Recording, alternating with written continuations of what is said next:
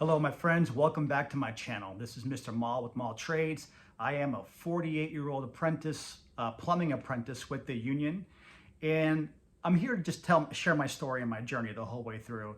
If it's your first time visiting, thanks for coming. I really do appreciate it. And the reason why I do this video series is because when I was looking at entering the trades, there wasn't really a lot out there in terms of somebody getting in on day one and seeing it all the way through to when they become a journeyman.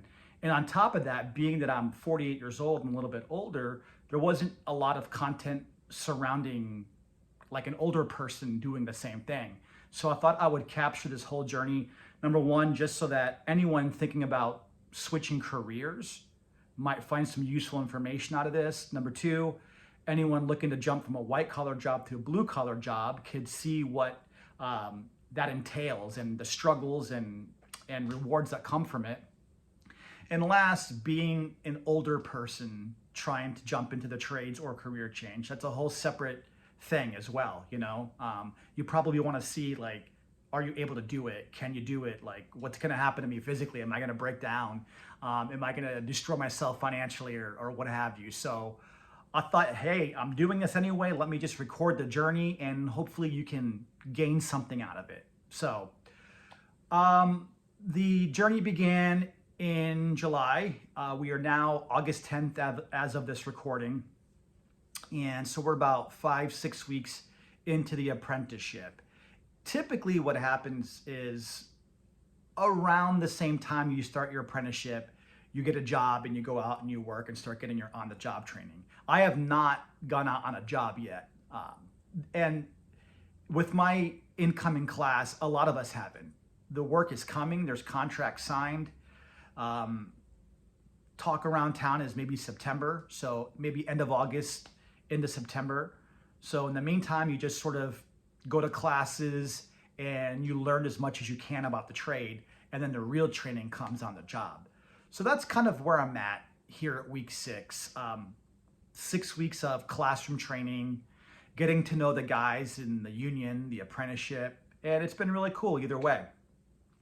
Last Monday, so August 3rd, I was sworn into the union. We all met, all the apprentices, first-year apprentices, met at a regular stated meeting for the union hall.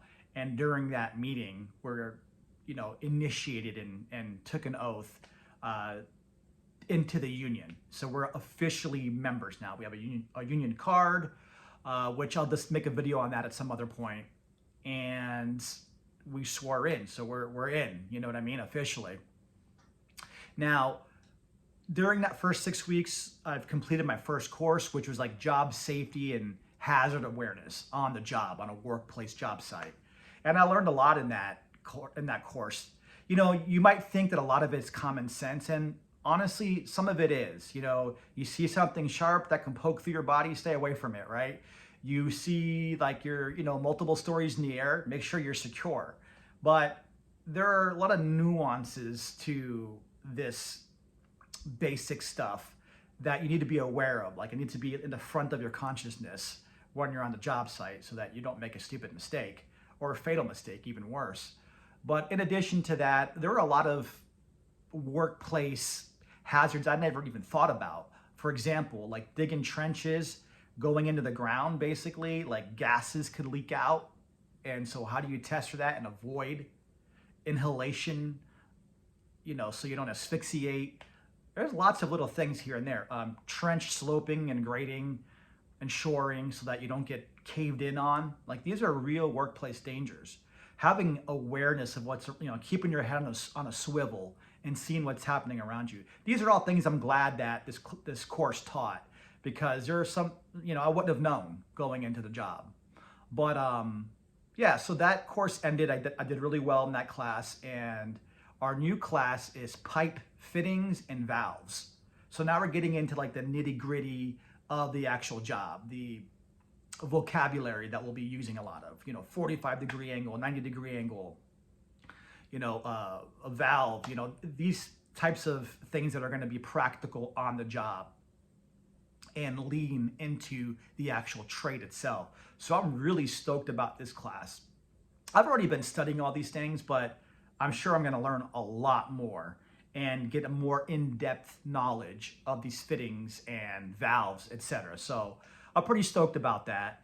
And knowing that work is coming pretty soon, I think the timing is perfect actually to learn about these particular fittings and valves so that when my journeyman asks me about them, I'll have somewhat of an understanding.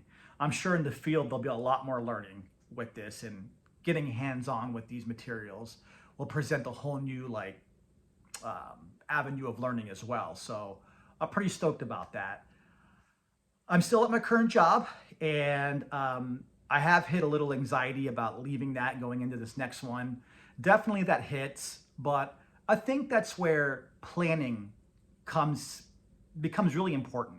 You know, before leaping into this life-changing, career-changing situation, you really have to think through a lot of things. You have to logically think through them, financially think through them, put stuff on paper, have discussions with your household.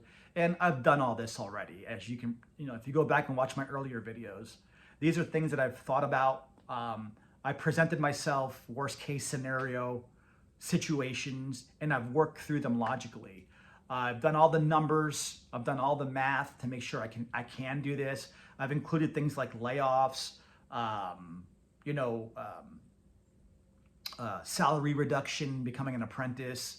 All these things have been well thought out. So I'm very well planned for it. So as much as my anxiety might kick in about it, or my, my feelings of, did I make the right decision? Well, that doesn't matter. Those are just feelings. They don't really matter. On paper, yes, it's all good. And when I say they don't matter, I don't mean it like they don't matter at all. Of course, you should consider your feelings and your anxiety level and all these kind of things. These are all important. But I think with the proper planning and evaluation before moving into a career change, you have to think about all the tough questions about finances, scheduling. How is your family going to feel about it? How are you going to feel about it? What are you doing physically about it? All these types of things should be thought about and even planned for before entering. And that's what I did. So I feel very confident moving into it, even though my human side, my analytical side saying, well, wait a minute, is this wise? Yes, it is. I think that there's always a level of fear when you step into the unknown, right? But I think the advice here is just step into it and go. You're prepared. Like, if you think about a soldier going into a war or something like that, they're not just plucked off the street and thrown in. They go through basic training. They learn how to use a weapon. They're prepared. Now it's a matter of just stepping in and going for it. And that's kind of where I'm at with all of it, pretty natural. I'd be concerned if I wasn't worried about it or nervous about it, honestly. So I guess my human emotions work. So that's pretty cool. But welding, I haven't done much welding lately, but I'll pick that back up. And there was a comment made about plumbers don't have to weld. And I get that. I'm a plumbing apprentice, but I belong to the United Association of Pipe Fitters and Plumbers. And welding is really for pipe fitting. However, you can get it as an apprentice, you can get a job as a plumber or a pipe fitter. Like, it's open to all the apprentices. Now, as an individual, you do steer one way for training. Like, for example, you might come in as a pipe fitter and your curriculum at some point during the apprenticeship will gear more towards that. And if you're a plumber, at some point in the curriculum, your training will gear more towards that. But in the beginning, especially the first couple of years as an apprentice, you can get a job in either field, really.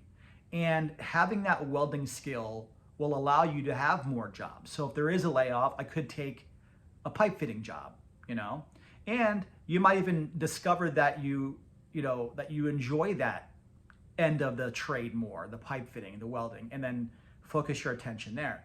But I think either way, welding is a good skill for anyone to have, even a non-tradesperson, just someone who has appliances around the home that could use welding if they break. It's just another skill to add to your repertoire, so to speak. So that's why I'm doing it, and it's fun. It really is fun. It's a hardcore skill that not everyone has, and if you have it, you just add value to yourself in one way or the other. And I think that's just good life advice, right? Adding value and skill to yourselves is important no matter what your job is. If you're a janitor, if you're a computer technician, a teacher, no matter what you are, the more skills you can pick up, the more value you add, and you stay employed and make money. So that's kind of why I'm doing that. But yeah, guys, this is where I'm at. There is class in a couple of nights here. We're going to be doing the pipe fittings. I don't want to say pipe fitting, pipe space fittings and valves class. So I'm really stoked about that. I'll bring you another video at the end of the week to tell you how that went and what that's all about. But again, guys, thanks for, jumping on this YouTube channel and following my journey. I'm having some technical difficulties with my computer. At some point, I'll upgrade my gear and make it all YouTube fancy and crap like that. But for now, it's just my old iPhone, set it up and give you guys a weekly update. Thanks a lot for watching, guys. Listen, comment below anything. Ask me any questions you want about the union, about what I'm learning in the trade so far.